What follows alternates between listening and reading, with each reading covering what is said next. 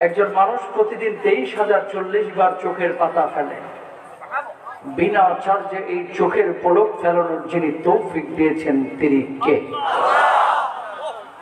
একটা হৃদপিণ্ড আল্লাহ আপনাকে দিয়েছে, যে হৃদপিণ্ডটা প্রতিদিন 1 লক্ষ বারের বেশি স্পন্দন দিচ্ছে। যেদিন আপনার হৃদপিণ্ডের স্পন্দন বন্ধ হবে, আর খুললো না, আপনার নামের শুরুতে মরহুম বসে যাবে, মানুষ আপনাকে লাশ বলবে। ঠিক না? একটা বার কি জীবনে কখনো ভেবেছেন ভাই, জন্মের পর থেকে চোখের পাতা ফেলছেন, হৃদপিণ্ডটা এই যে আপনার জীবনের শুরু থেকে আজ পর্যন্ত পাম্পিং দিচ্ছে, মোবাইলের চার্জ ফুরায় যায়, গাড়ির তেল শেষ হয়ে যায়, বিমানের ফুয়েল শেষ হয়ে যায়, কিন্তু আপনার হৃদপিণ্ড বন্ধ হয় না। যেদিন আল্লাহ ইশারা করবে স্টপ, সেদিন আপনি শেষ। মালাকুল মউত আপনার রূহটাকে উড়িয়ে নিয়ে চলে যাবে। ঠিক না? তাহলে এই হৃদপিণ্ডটা সচল রেখেছেন যিনি, তিনি কে? পেটের মধ্যে গরুর গোশত, মাছ, ডিম, দুধ, ওর মধ্যে কুমিল্লার রসমালাই একসাথে খাচ্ছেন। একটা বার কি চিন্তা করেছেন যে পেটটার মধ্যে এতগুলো খাবার? রসমালাইয়ের বাটিতে কেউ যদি গরুর গোশের ঝোল ঢেলে দেয়, ওর ভিতরে আবার পাবদা মাছের ঝোল, ওর ভিতরে আবার ডিমের কুসুম ভেঙে দিল, আপনি ওরা চট করে মেরে দাঁত ফেলা দেবেন। ঠিক না? এটা খাওয়া যায়? এটা মানুষ খাইতে পারে? কি করলে একটা জিনিস, কিন্তু একই কাজ আপনি পেটের মধ্যে করে দিচ্ছেন, একসাথে খাচ্ছেন, হজম কেমনে হয়? 2 লিটার 2.5 লিটার অ্যাসিড আল্লাহ তাআলা আপনার পেটটার ভিতরে প্রতিদিন অটো উৎপাদন করছেন, যে অ্যাসিড গুলো আপনার খাবারটাকে হজম করছে। সুবহানাল্লাহ। আল্লাহরে চিনে নেন, তারপরে তাফসীরে ঢুকে। অক্সিজেন নেন কতটুকু?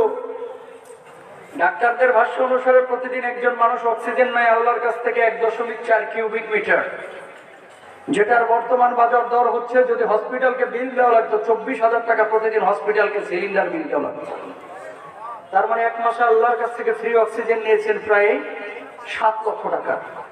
হিসাব করে দেখলাম 60 বছর হায়াত পাইলে একজন মানুষ আল্লাহর কাছ থেকে ফ্রি অক্সিজেন কয় টাকার নিচ্ছে? হিসাব করে পাইলাম 54 কোটি টাকা। আল্লাহু আকবার বলবেন না? ও মুসলমান, এবার বলেন এই জমিনটার মালিক কে? বাঁচিয়ে রেখেছেন, টিকিয়ে রেখেছেন যিনি, তিনি কে? হৃদপিণ্ডকে যিনি সচল রেখেছেন তিনি কে? আল্লাহর জমিন ব্যবহার করে, আল্লাহর আসমান ব্যবহার করে, আল্লাহর জানি আমার ব্যবহার করে দুনিয়ার কোন মানুষ মানুষের গোলামি, চামচামি, দালালি করতে পারে না। ঠিক না? দালালি গোলামি হবে একমাত্র কার? আল্লাহ। এই জামানা চলতেছে সেই জামানা, মাল যেখানে, লিডার যেখানে, ও মুনাফিক হোক, চোর হোক, চিটার হোক, এর সাথে মানুষ গিয়ে ভিড়ে। ঠিক কিনা ভাই? প্রিয় ভাইরা আমার, আজকে মাহফিলে আপনারা এসেছেন অনেক মানুষ, আলহামদুলিল্লাহ। আমি জানি কুমিল্লার মানুষ আমাকে ভালোবাসেন, আপনাদেরকে ভালোবাসেন। কিছু লোক এই মাহফিলে আসে নাই, চায়ের দোকানে বসে বসে গিবত কমিটির সভাপতির ভূমিকা পালন করতেছে। কারা আয়োজক, কি বিষয় আসা, এগুলো পিএইচডি করতেছে। কপাল পুরা আল্লাহ কবুল করে নাই। ঠিক না? আপনারা যে এসেছেন, বসেছেন, খুশি না বেজা? হৃদয় এবং জবানকে উজাড় করে বলেন আলহামদুলিল্লাহ। প্রিয় ভাইরা আমার, ঠিক এই মুহূর্তে আসমান থেকে এমন কিছু ফেরেশতা নেমেছে, যে ফেরেশতাগুলো আপনাদের উপরে রহমতের ডানাগুলো বিছিয়ে দিয়েছে। আল্লাহ রাব্বুল আলামিন বলেন, ফেরেশতারা এই মানুষগুলো এখানে কি করে? মায়া কুলু ইবাদি, কি বলে, কি করে, কি বলে, কি করে? ফেরেশতারা তখন বলে, আল্লাহ, এই মানুষগুলো আপনার কোরআনের কথা শোনার জন্য এসেছে। আল্লাহ, এই মানুষগুলো আপনার নবীর সুন্নাহের কথা শোনার জন্য এসেছে। এই মানুষগুলো আপনার জিকির আজকারের জন্য এসেছে। আল্লাহ রাব্বুল আলামিন এবার বলেন, হাল রাআউনি, এই মানুষগুলোকে কখনো আমরা দেখছি? ফেরেশতারা তখন বলে, আল্লাহ, এই মানুষগুলো কখনো আপনারা দেখে নাই। জন্মচক্ষু দিয়ে মানুষগুলো আপনারা দেখাও সম্ভব না, না দেখে আপনাকে ভালোবেসে এখানে এসেছে। আল্লাহ রাব্বুল আলামিন তখন বলেন, কি চাই এই বান্দাগুলো, কি চাই? মা ইয়াসআলুনি, কি আমার কাছে চাই মানুষগুলো? এবার ফেরেশতারা বলে, আল্লাহ, এই মানুষগুলো আপনার কাছে জান্নাত কামনা করে। আল্লাহ, এই মানুষগুলো আপনার কাছে জাহান্নামের আযাব থেকে মুক্তি চায়।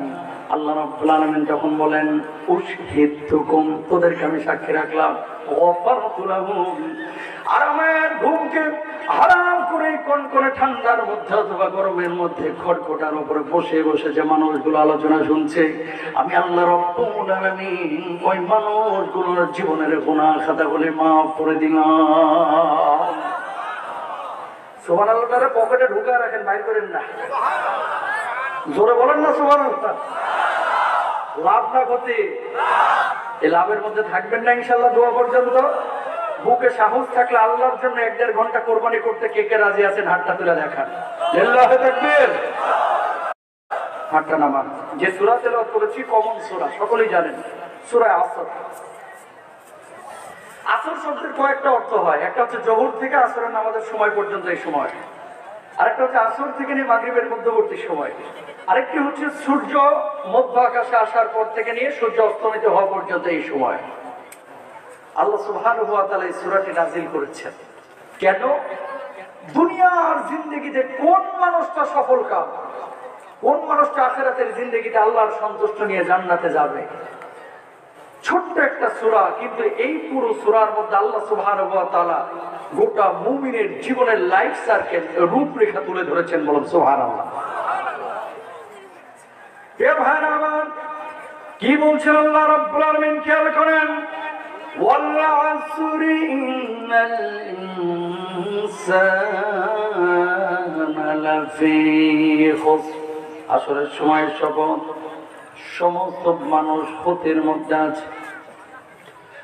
ইল্লাল্লাযীনা আমানু ওয়া আমিলুস সালিহাতি ওয়া তাওয়াসাউ বিল হাক্কি ওয়া তাওয়াসাউ বিস সাবর।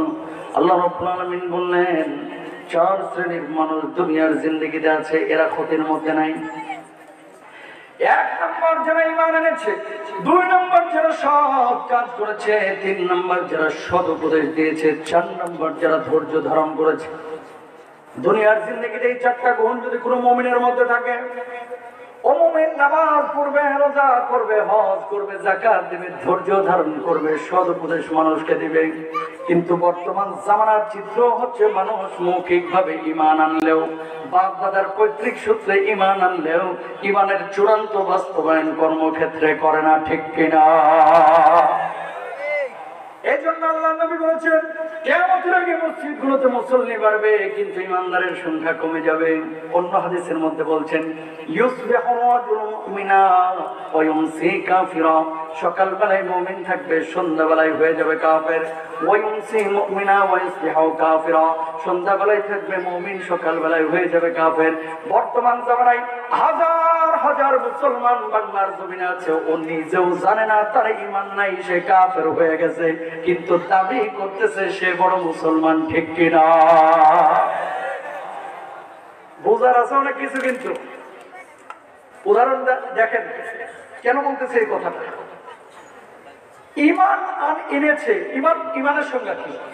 আল্লাহ আল্লাহ রাসূলকে বিশ্বাস করা, আখিরাতে এই আসমানি কিতাব সমূহকে বিশ্বাস করা, ফেরেশতাকে বিশ্বাস করা, আখিরাত বিশ্বাস করা, কবরের জিন্দেগি বিশ্বাস করা, ঈমানের মৌলিক এই জিনিসগুলা। এটা আমরা সকলেই জানি। ঈমানের দাবিটা কি? তাওহীদের দাবি কি? আকীদা অনেক মানুষের এলাকার মধ্যে ঠিক নাই। প্রমাণ নেন, সামনের কাতারে নামাজ পড়তেছে, কপালে 6 ইঞ্চি কালো দাগ, ছেলে থাকে দুবাই, মেয়ে থাকে আমেরিকা, আরেক ছেলে থাকে কুয়েত, আরেক ছেলে থাকে কাতার, বান্ডিল পাঠাচ্ছে প্রতি মাসে মাসে, টাকা নিয়ে এগুলোকে সুদে ব্যাংকে খাটায় রাখছে। কথা বলেন না কেন? তুমি কপালে 6 ইঞ্চি কালো দাগ নিয়ে যদি সুদের টিলার নিয়ে বসে থাকো, আল্লাহর কসম তোমার নামাজ কবুল হবে না। ঠিক কিনা?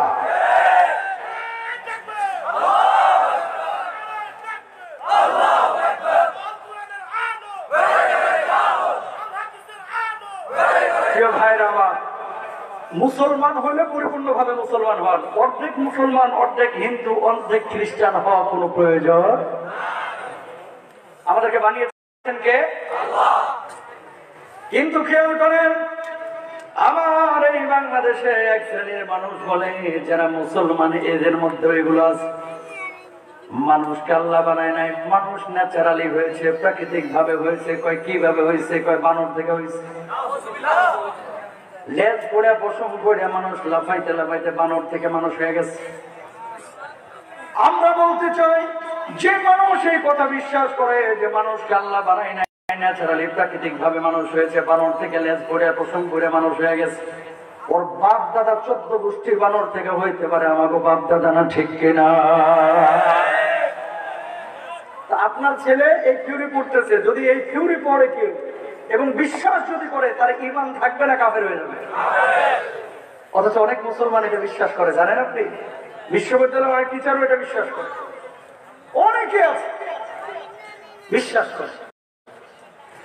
আমার আল্লাহ রাব্বুল আলামিন কি বলছেন খেয়াল করেন, লাকাদ খালাকনাল ইনসানা ফি আহসানি তাকওয়ীম।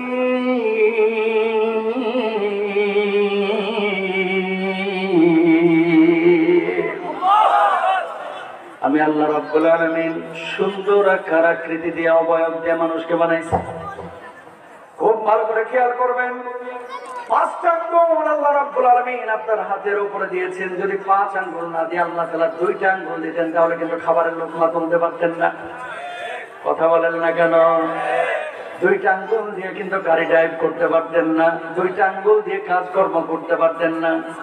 একটা বার খেয়াল করেন, এই চোখ দুটাকে আল্লাহ রাব্বুল আলামিন মাথার নিচে মুখের উপরে না দিয়ে যদি একটা চোখ এখানে আর একটা চোখ আপনার পেছনে দিতেন, অ্যাক্সিডেন্ট আরো বেশি করতো।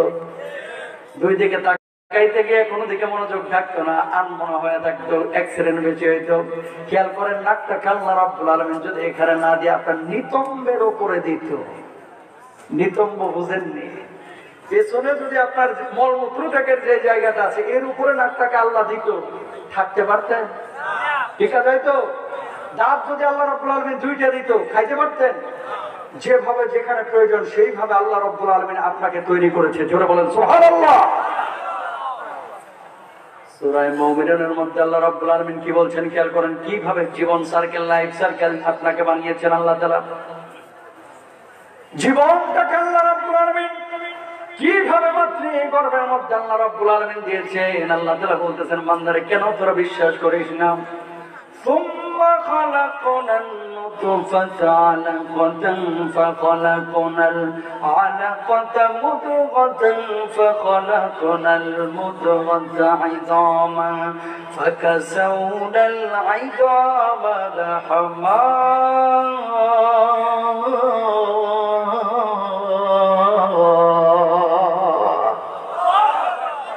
আল্লাহ রাব্বুল আলামিন বললেন, ও বান্দা, তোর বাপ মার মিলনের পরে আমি আল্লাহ রাব্বুল আলামিন একটা শুক্রবন্ধু মায়ের পেটের মধ্যে তৈরি করলাম।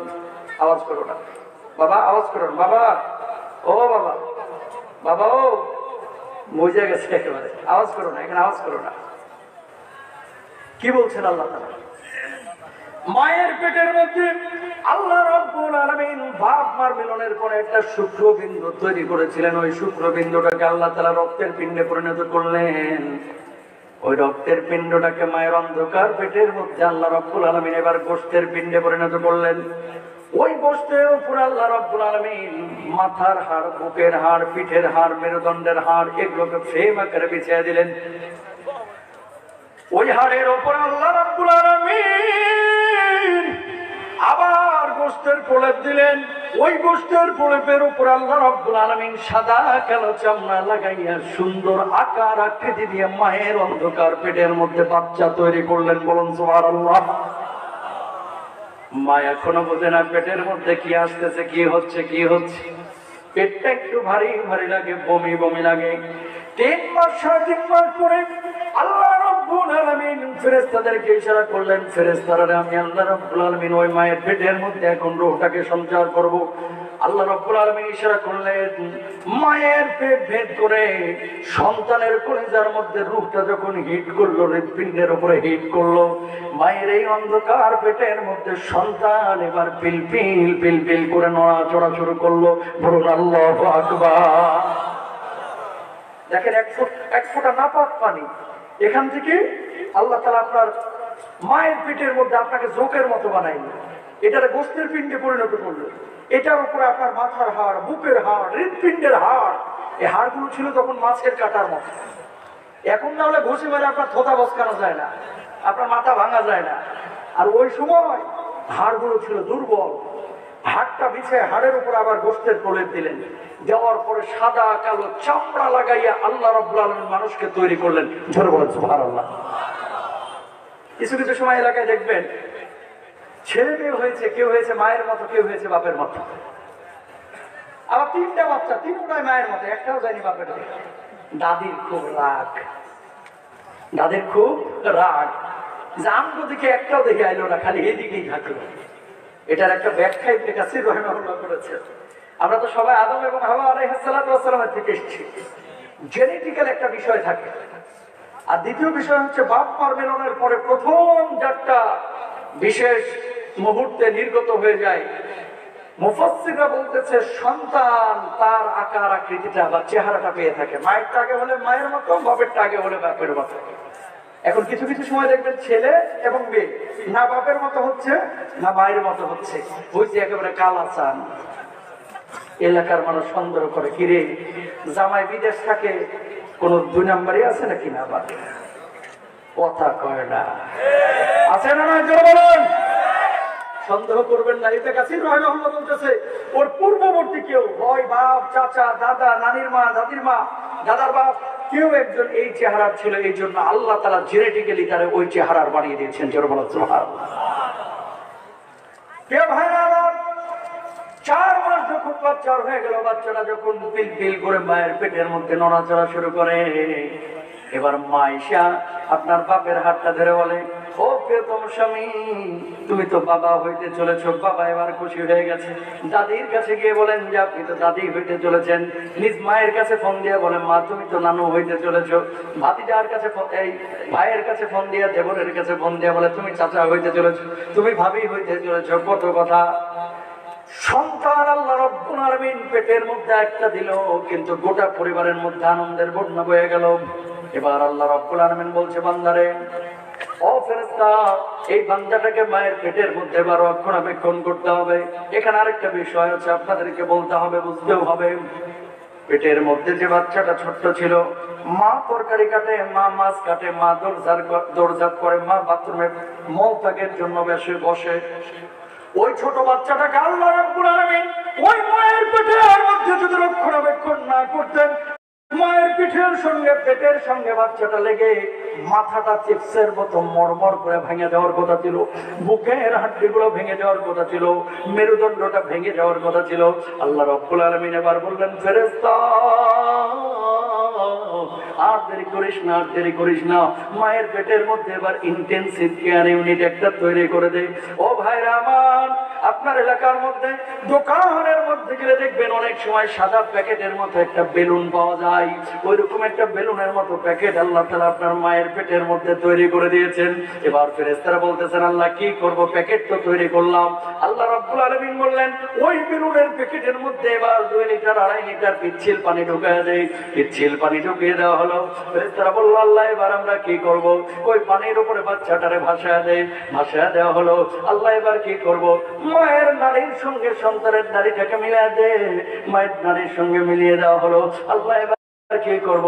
মায়ের হায়েজের রক্তটা বন্ধ করে দে। এবার আল্লাহ রাব্বুল আলামিন ওই মায়ের হায়েজের রক্ত বন্ধ করে মাঝে খাবার খায়, একটা অংশ নিজের জন্য রাখে, আর আরেকটা অংশ ওই নারীর মধ্যে দিয়ে বাচ্চার পেটের মধ্যে সরবরাহ করে। জোরে বলবেন না সুবহানাল্লাহ। আহা, 6 মাস 7 মাস পরে মায়ের মুখে রুচি বেড়ে যায়। ম্যাক্সিমাম প্রেগনেন্ট মহিলাদের 6-7 মাসে দেখবেন রুচি বাড়ে, খাইতে মন চায় খালি। জামাইরে বলে এটা আনো, সেটা আনো, ওটা আনো, এই আনো, সেই আনো। কেন? আগে ছিল রু একটা, এখন রু কয়টা? জোরে বলেন কয়টা? এই প্যাকেটটা আল্লাহ তাআলা কেন তৈরি করলেন? মা এখন ডান দিকে গেলে বাচ্চা চলে যায় বামে, মা বামে গেলে বাচ্চা একা একাই চলে আসে ডানে। মা বসলে বাচ্চা উপরে এসে ঘাপটি মেরে বসে থাকে। আর মা যখন রাত্রিবেলায় ঘুমায়, বাচ্চা তখন টুকটুক করে পেটের মধ্যে লাথি মারে। মা পেটটা নাড়ে, শান্তি পায়, আর জামাই নাক ডেকে ঘুমায়। কথা বলেন না কেন? একটু যদি হুঁশ হাস করছে, স্যাপ করে ওঠে, ভাবসাব এরকম মদিনা থেকে উহুদ পাহাড় নিয়ে এসে মক্কায় রেখে এসেছে। আরে বেরি সারাদিন আজারে বসেছিল, এরকম কিছু চামার মার্কা জামাই আছে না নাই জোরে কর।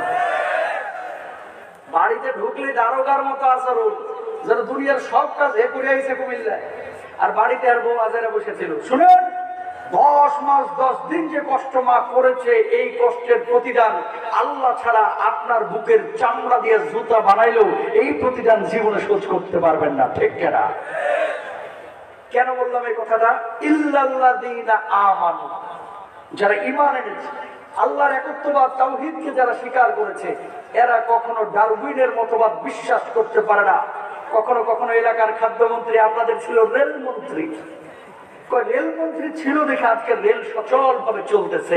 রেলমন্ত্রীর মাধ্যমে রেল চলে না, রেলমন্ত্রী বন্দোবস্ত করে মাধ্যম হিসাবে কাজ করে। চালান যিনি, তিনি কে? আরো জোরে বলেন, তিনি কে? খাদ্যমন্ত্রীর এই উদ্যোগের কারণে এবার খাদ্যটা বেড়ে গেছে। টাটকা সিঁড়ি বুঝে নাই কথা রে। কয় মৎস্যমন্ত্রীর এই প্ল্যানের কারণে এবছরের ইলিশ উৎপাদন বেড়ে গেছে। টাটকা সিঁড়ি কি কথাবার্তা! ইমানই নাই, কাফের হয়ে গেছে, নিজেও জানে না। ও মুসলমান, ডারউইনের মতবাদ মুসলমান বিশ্বাস করতে পারে না, ট্রান্সজেন্ডার মতবাদ মুসলমান বিশ্বাস করতে পারে না। খাবার খাওয়ায় আল্লাহ, জমিনের মালিক আল্লাহ, আল্লাহর জমিনে আল্লাহর আইন বাস্তবায়নের জন্য মুসলমান চেষ্টা করবে, দুনিয়ার কোন মানুষের আইন না, ঠিক কিনা মুসলমান?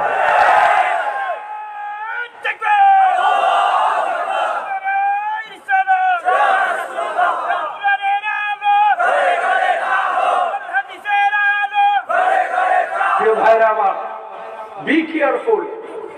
সুন্দর করে আপনাকে মায়া নিয়ে কথাগুলো বলতেছি ভাই, আউল বাউল ফাউল কথা বলতেছি না।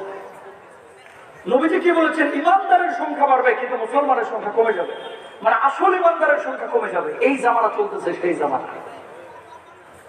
ছেলে অনার্স শেষ করেছে, বাপ 14 লাখ টাকা ব্যাংকে রেখে দিয়েছে। কেন? কই যদি অনার্স মাস্টার্স এর পরে কোনো লাইন ঘাট পায়, ঘুষ দেওয়া হলেও একটা সরকারি চাকরি চাই। কথা বলেন না কেন? আচ্ছা, জুমার নামাজের পরে হুজুরের কাছে দোয়া চাচ্ছে, হুজুর একটু দোয়া করেন না, একটা লাইন পাইছি। কি লাইন? 13 লাখ টাকা লাগবে, ছেলেটার চাকরিটা যেন হয়ে যায়। তো এই 13 লাখ কারে দিচ্ছেন? হুজুর একটু বকশিশ, ঘুষ না দিলে চাকরিটা হবে না, এই জন্য দিচ্ছি ঘুষ।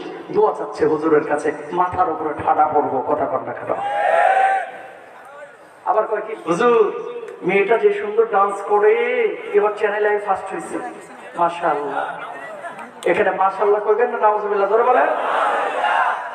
হারাম কোন জিনিসকে যখন কোন উম্মত হালাল মনে করে, ওই উম্মতের উপরে আল্লাহর আযাব আসে। জোরে বলেন নাউজুবিল্লাহ। সূরাটা যখন নাযিল হলো, তাকান, এই সূরা আসর।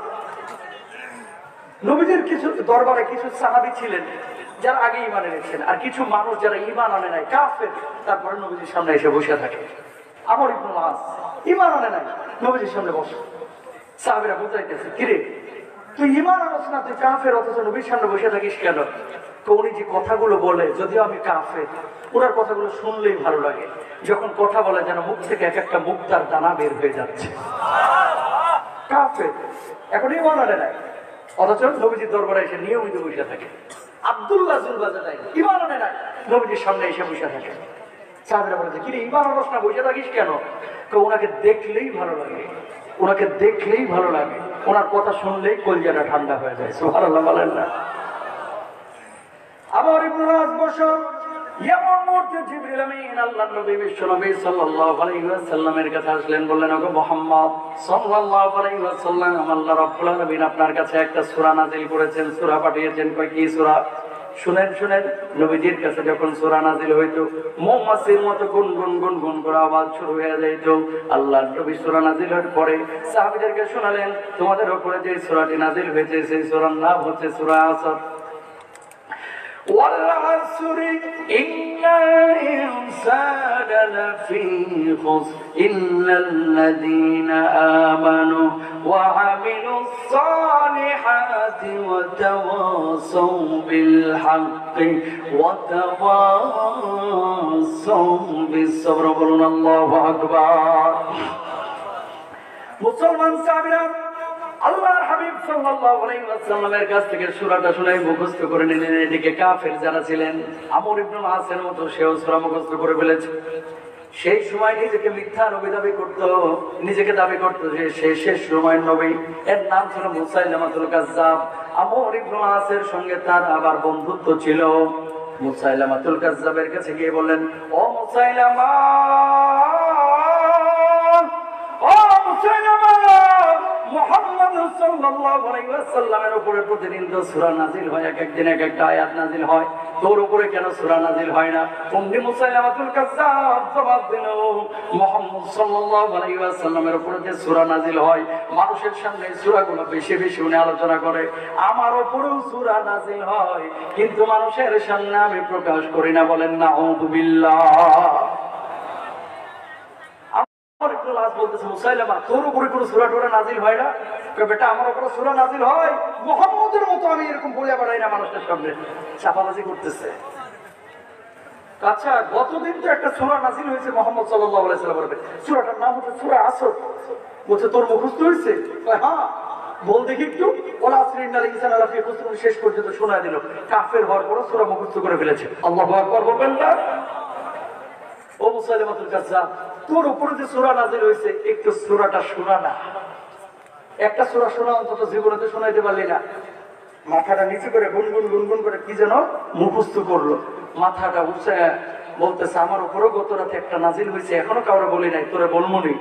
আজকে যদি না বলস তাহলে তোর লগে আর কোনো বন্ধুত্ব নাই। শুন তাহলে, ইয়া ওয়াবর আবরা ফা ইন্নামা আনতা লাহু উযুনান ওয়া সাদরা সাদরা। হে খরগোশের বাচ্চা, তোর কানগুলো খাটো, তোর ল্যাঞ্জাটা ছোট, তোর পেটটা মোটা, তোর পাগুলো ছোট। এটা বলে সূরা। ইবলিসও বিশ্বাস করবে না, ঠিক না? কথা কয় না। এটা বলছে সূরা। এটা সূরা যে খরগোশের বাচ্চা, তোর কান ছোট, তোর পাগুলো খাটো, তোর পেটটা মোটা, তোর লেঞ্জা ছোট। এটা কোন সূরা হতে পারে? প্রিয় ভাইরা আমার, আল্লাহর হাবিব সাল্লাল্লাহু আলাইহি ওয়াসাল্লামের এই কাফের সাহাবী তখন ঈমান আনে নাই, পরবর্তীতে ঈমান এনেছিল। মুসাইলামাতুল কাজ্জাবের সামনে এভাবে কথা বলল, আল্লাহর হাবিবের উপরে ঈমান আনি নাই, আনতে সময় লাগবে না। তার উপরে যে সূরাটা নাযিল হয়েছে, এটা আর এত সুন্দর অর্থ, কিন্তু তোর উপরে যেটা নাযিল হয়েছে, এটার ভিতরে কোনো মেসেজ নাই, কোনো অর্থ নাই। আল্লাহর নামে হলফ করে বলতে পারি, এই দুনিয়ার জিন্দেগিতে তোর চাইতে বড় মিথ্যুক আর একটাও নাই। বলুন আল্লাহু আকবার। মিথ্যুক মানুষের সর্বশেষ হাতিয়ার হচ্ছে চাপাবাজি।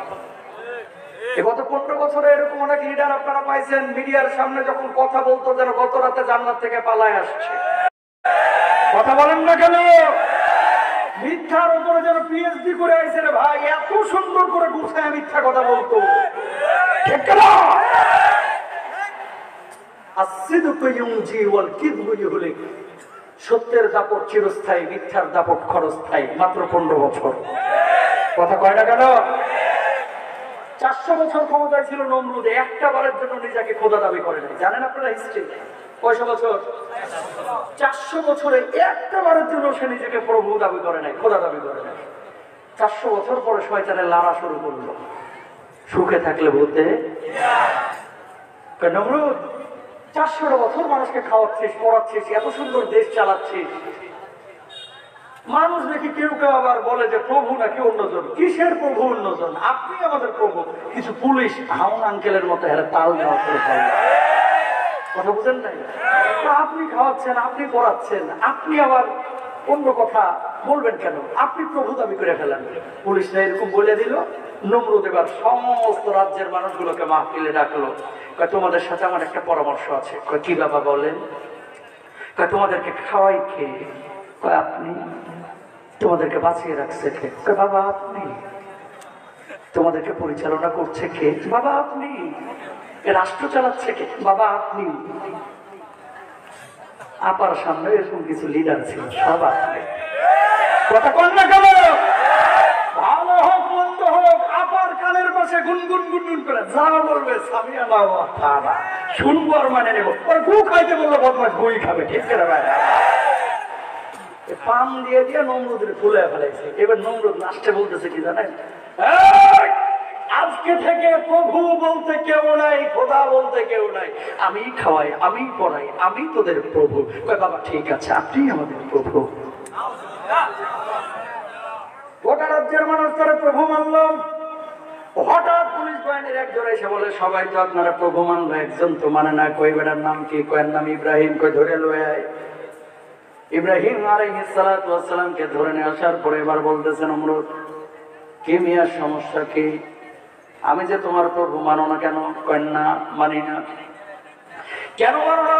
ইব্রাহিম আলাইহিস সালাতু ওয়াস সালাম জবাব দিলেন 3 নাম্বার পারা 2 নাম্বার পৃষ্ঠায় আয়াত আছে, إذ قال إبراهيم ربي الذي يحيي ويميت।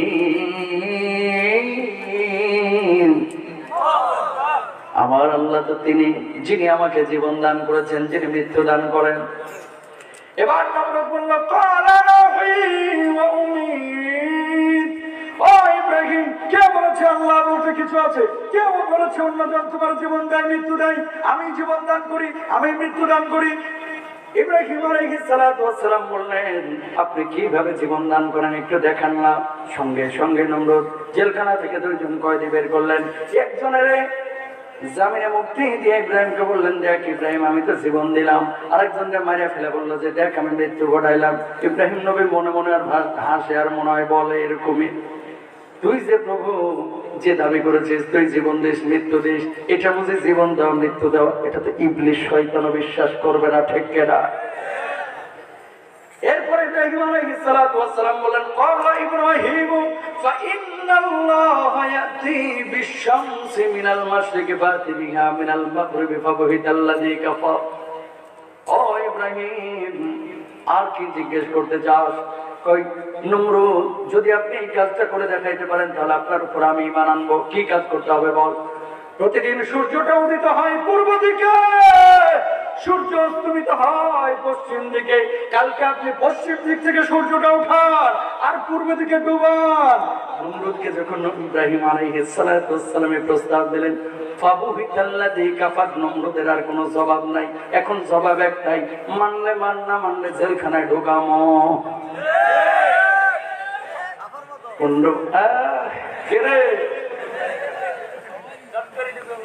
ভাই দলিলে পারে না, যুক্তিতে পারে না, তর্কে পারে না, সত্যতে পারে না, সর্বশেষ জবাব হচ্ছে মিথ্যা মামলা দিয়া জেলখানায় ঢুকার ফাঁসির কাছে দেয়, ঠিক কিনা?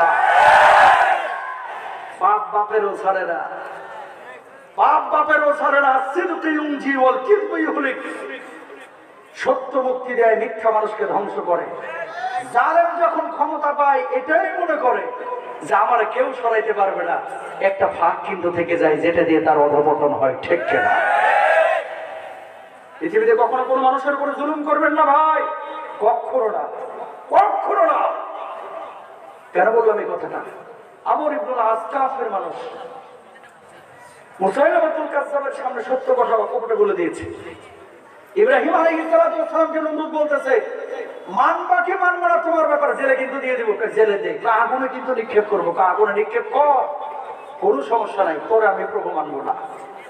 এই জামানার কিছু মুসলমান পাবেন আপনার এলাকাতেও, হুজুরদের সাথে মিশলে যখন চলাফেরা করেন, ভাই কি বলেন, আপনারা কলিজা দিয়ে ভালোবাসে, মুখটা ফাড়ে কলিজাটা আপনারা খাওয়াই দিতে পারবো। আবার যখন আওয়ামী লীগের সাথে মিলে কয় কি বলেন, এই মোল্লারা হচ্ছে পৃথিবীর দুশমন, কথা বলেন না কেন?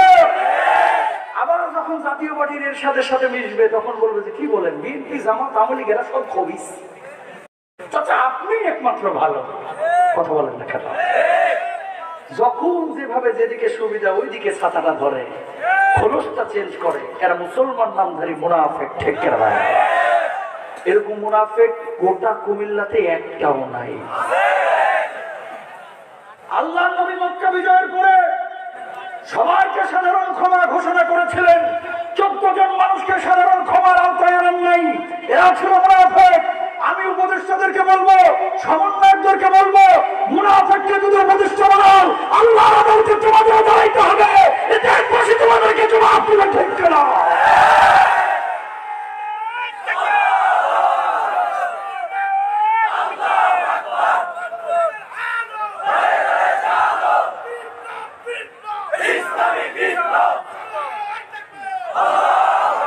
আবু সাঈদরা বুকে গুলি নিয়েছে শাহাদাতের তামান্না নিয়ে, কথা বলেন না কেন?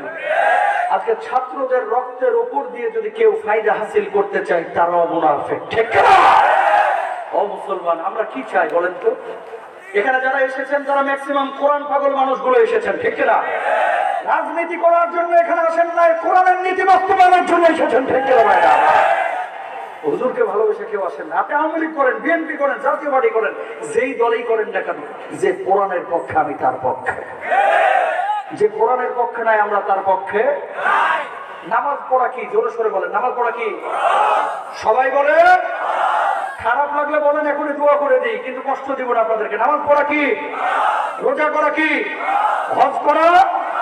আপনারা কিন্তু বলতেছেন আছে কোথায়? বলেন আছে কোরআনে। নামাজ পড়া ফরজ কোরআনে, রোজা করা ফরজ কোরআনে, হজ করা ফরজ কোরআনে, যাকাত দেওয়া ফরজ কোরআনে।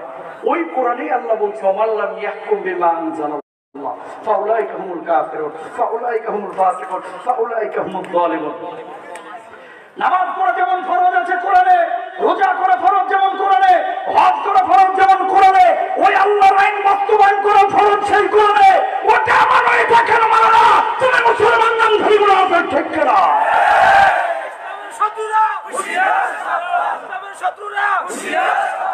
আমার বুঝতে হবে কিন্তু এই কথাগুলো, এগুলো পলিটিক্যাল কোনো কথা না।